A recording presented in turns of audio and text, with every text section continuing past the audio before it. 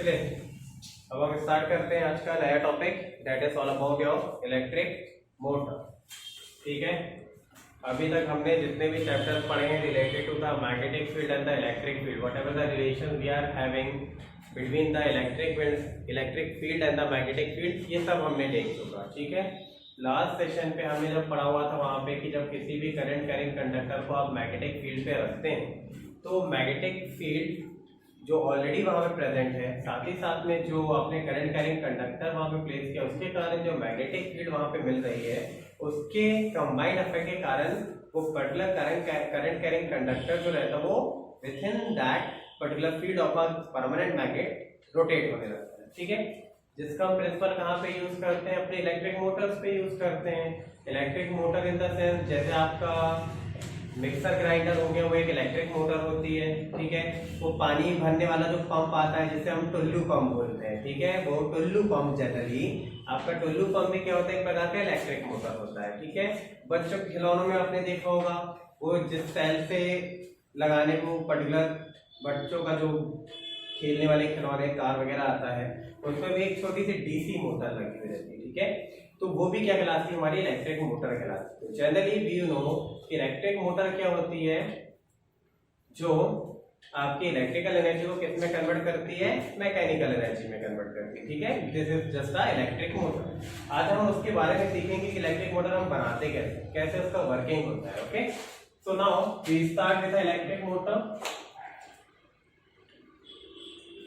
Electric motor,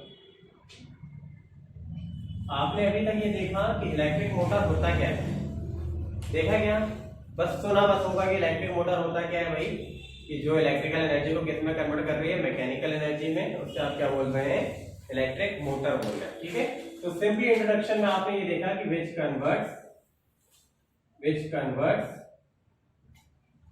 electrical energy into mechanical energy, इसे आप क्या बोलते हैं, इलेक्ट्रिकल मोटर बोलते हैं। ओके, अगर आपने किसी को भी इससे रिलेटेड कोई डाउट हो तो आप जरूर इसे हमारे साइट में छोड़ दीजिएगा। ठीक है, हम आपका नेक्स्ट क्लास में इसका डाउट क्लियर कर देंगे।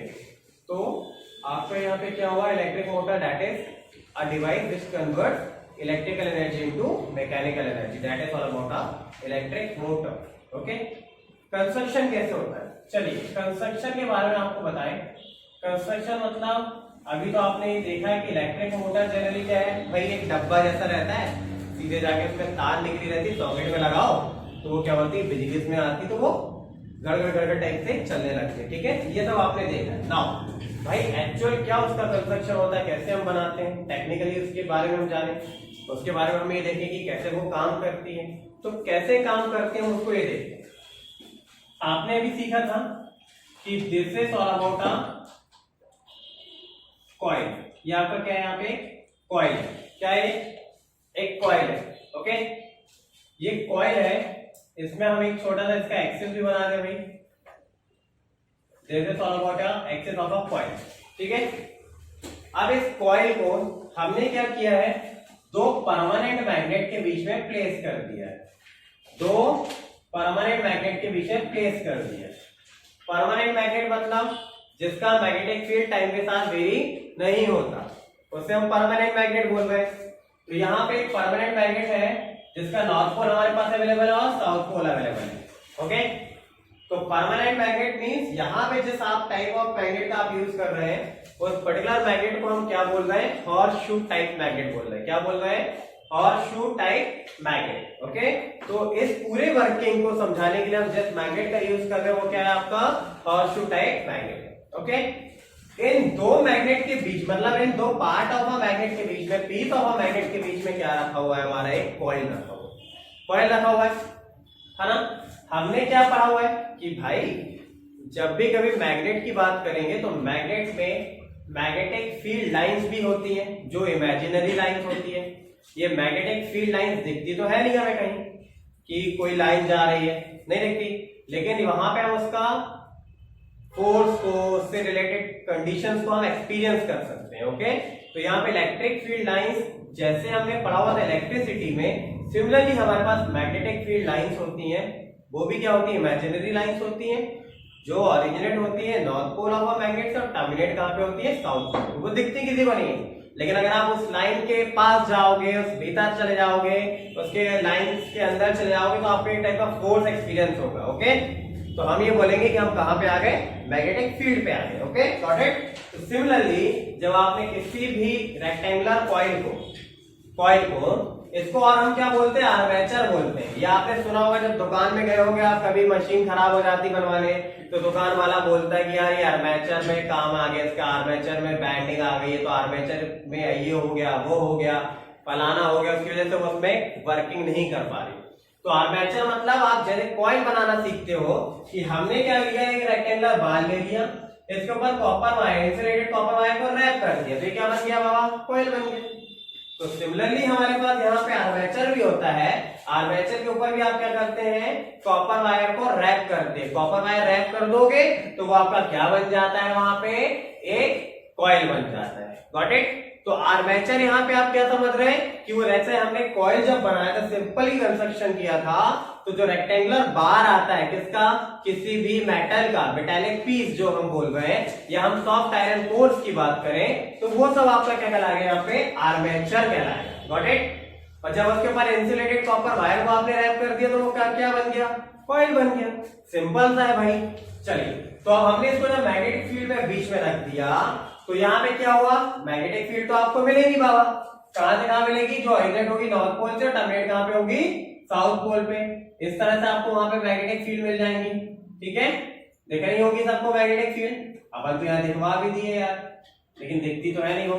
ठीक है, तो बस अपन समझने के लिए इसको बनाए हैं कि यहाँ पे ये मैग्नेटिक फील्ड कहां से ओरिजिनेट हो रही है, नॉर्थ पोल से, टर्मिनेट कहां पे हो रही है, south pole of a magnet. Clear हुआ, कोई दिक्कत नहीं है इसमें। इसमें आप क्या होगा, हमने ये कॉइल रखा है, अगर इस कॉइल पे हम किसी भी जरिए, किसी भी तरह से क्या करें, करंट को पास करें। करंट कैसे पास होगा, अब इसके लिए एक अलग कंस्ट्रक्शन हमने किया। हमारे घर में जो इलेक्ट्रिक मोटर है, घर में जो हमारे पास मिक्सर ग्राइंडर है, उस मिक्सर ग्राइंडर में हम क्या करते हैं भाई, सीधे दो प्लग लिया है, गजाक से लगाया, उसमें करंट आया, वो घूमने लगता है घर घर। ठीक है, यहाँ पे तो हम ऐसा नहीं कर सकते। तो यहाँ पे हम क्या करेंगे, यहाँ पे एक प्रकार से कंडीशन, एक डायग्राम, एक सिमेट्रिक डायग्राम या एक मैकेनिज्म लगाएंगे, जिसकी वजह से वहां पे क्या होगा, करंट उस पर पास होगा। क्लियर है, कोई बड़ी बात नहीं इसमें। कैसे बनाएंगे, ये जो आपको दो पार्ट जो दिख रहा है, एक ये पार्ट है कॉइल का और एक अनादर पार्ट ये है कॉइल का। ठीक है, ये जो कॉइल्स के पार्ट है, ये कॉइल के पार्ट क्या करा रहे भाई, इसको हम क्या बोलते हैं, कम्यूटेटर। क्या बोलते हैं, कम्यूटेटर। क्या बोलेंगे, कम्यूटेटर। इस कम्यूटेटर का काम सिर्फ ये होता है कि ये करंट के डायरेक्शन को बदल देता है। क्या करता है, करंट के डायरेक्शन को बदल देता है। तो commutator just uses to change the direction of electric current flow through the coil. Okay, ठीक है। क्यों ऐसा होता है, देखिएगा, आपके घर में कौन सा करंट आता है, आपने पढ़ा हुआ था, इसके पहले हमने बताया हुआ है, अल्टरनेटिंग करंट। करंट हमने दो टाइप के सुने हैं, पढ़े भी हैं, एक अल्टरनेटिंग होता है और एक डीसी होता है, जिसे डायरेक्ट करंट बोलते हैं। अल्टरनेटिंग करंट हमारे घर में आता है, डायरेक्ट करंट हमारे घर पे नहीं आता। अगर अल्टरनेटिंग करंट आता घर पे, तो हमारी जो मोटर है उसको आधा ऐसे चलना चाहिए, आधा ऐसे चलना चाहिए। वो पूरी तो घूम ही नहीं पाएगी, फिर भी तो सीधी घूम रही है ना। ऐसा क्यों हो रहा भाई, कैसे चमत्कार हो रहा। तो जनरली हम ये देख रहे हैं कि अल्टरनेटिंग करंट के बारे में हमें ये पता है कि अल्टरनेटिंग करंट वो करंट होता है जो अपने डायरेक्शन को पीरियोडिकली चेंज कर देता, मतलब आधी साइकिल उसकी, जैसे आपका अल्टरनेटिंग करंट का ग्राफ जो बनता है वो इस तरह से बनता है। ये अल्टरनेटिंग करंट के ग्राफ को बताता है।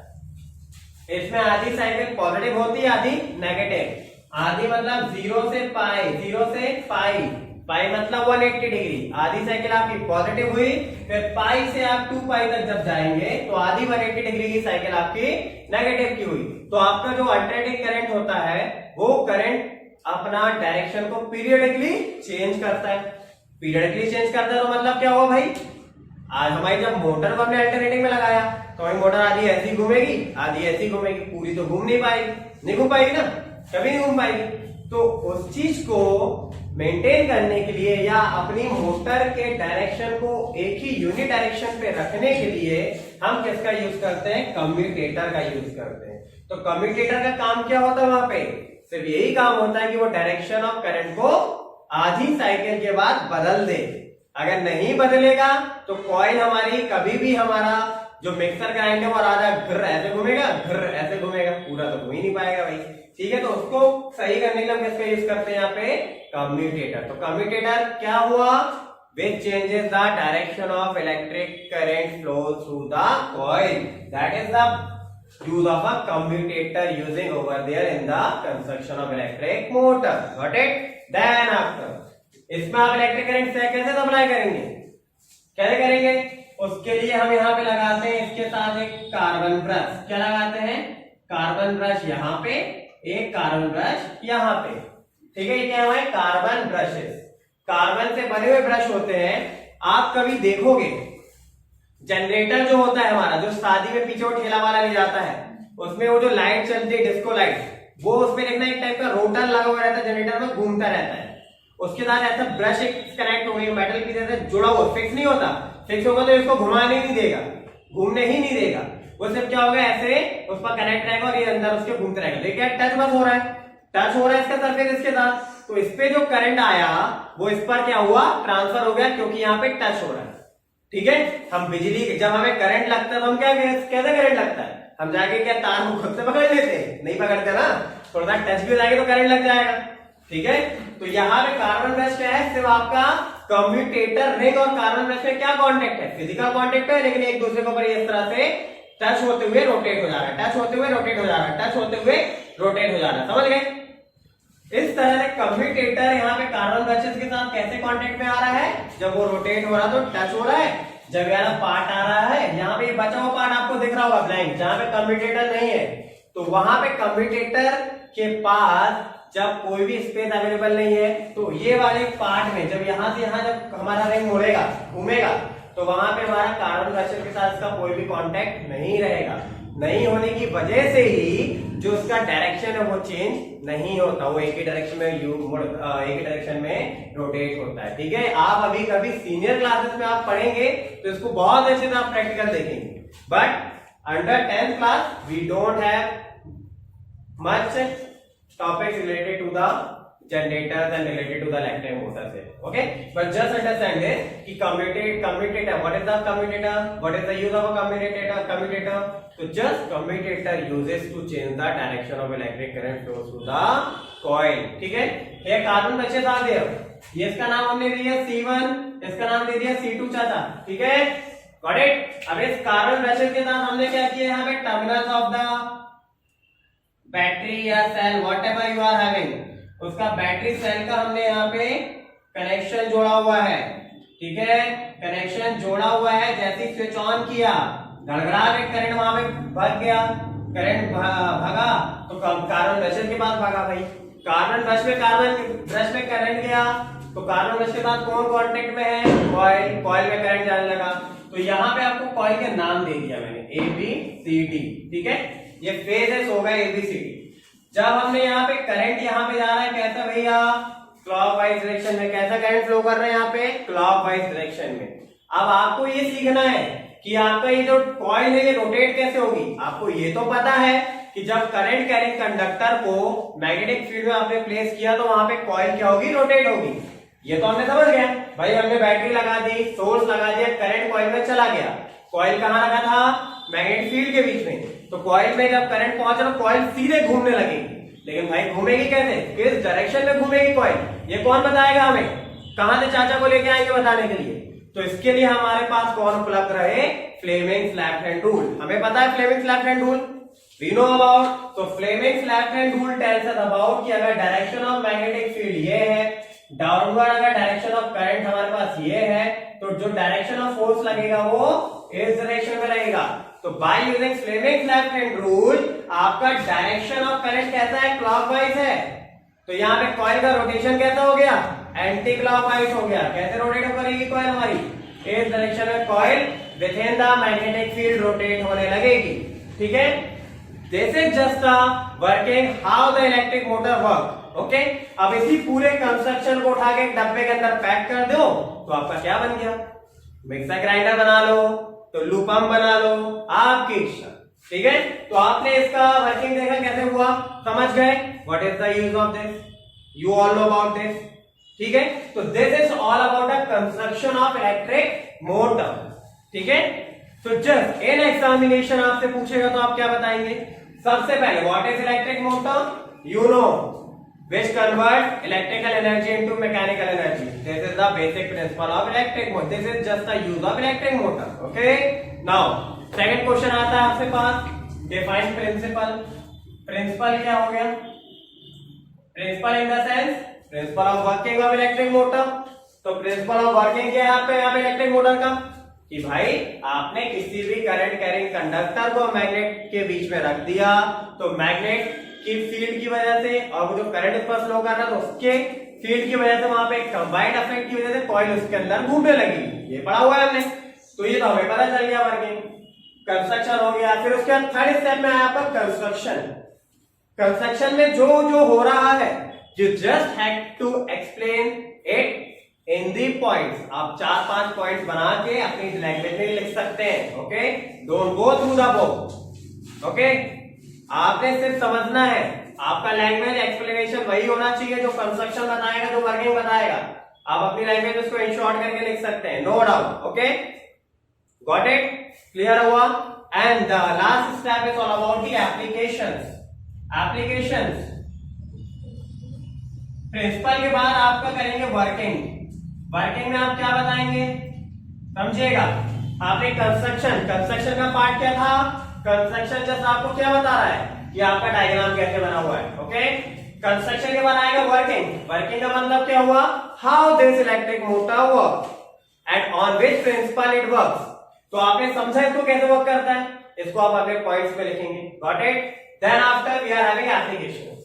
तो what is the use of this electric motor. Electric motor का यूज क्या है हमारे पास, इलेक्ट्रिक मोटर का सिर्फ और सिर्फ यही यूज है कि इलेक्ट्रिक मोटर क्या कर रही है, इलेक्ट्रिकल एनर्जी को मैकेनिकल में कन्वर्ट कर रही है, जिसकी वजह से हम इसके वेरियस सेक्टर्स में यूज कर सकते हैं। जैसे हम अपने किचन से स्टार्ट करें, किचन में हम कहाँ यूज करते हैं इसका, मिक्सर ग्राइंडर के फॉर्म पे हम इसका यूज कर रहे हैं कि भाई हम सब्जी मसाला पीस रहे हैं तो वहां पे किसका यूज करेंगे, मिक्सर ग्राइंडर का। हम हाथ से तो नहीं पीसेंगे, कब तक हम हाथ चलाएंगे, अपने हाथ चला के अपनी एनर्जी को वेस्ट करें, टाइम को वेस्ट करें। सीधे मोटर को उठाओ, प्लग में लगाओ, घर घर घर होगी, पिस गया। This is the use. तो आप क्या करेंगे, मशीन का यूज करेंगे। इसके अलावा टुल्लू पंप आपका पानी वाला पंप। ठीक है, तो these are about the various examples related to the electric motor और we can just go with the applications also. Another application, हम घर में हाथ से बैठ के कौन कपड़े धोएगा, वॉशिंग मशीन लगाओ भैया, तो वॉशिंग मशीन में भी इलेक्ट्रिक मोटर लगाया भैया, आप उसका यूज कर सकते हैं। तो सब मशीन का वर्किंग क्या हो गया, इलेक्ट्रिक मोटर जितना है वो क्या करेगा, इलेक्ट्रिकल एनर्जी को मैकेनिकल में कन्वर्ट करेगा और आपको एक प्रकार से कंफर्ट जोन देगा। गॉट इट, क्लियर हुआ है टॉपिक पूरा।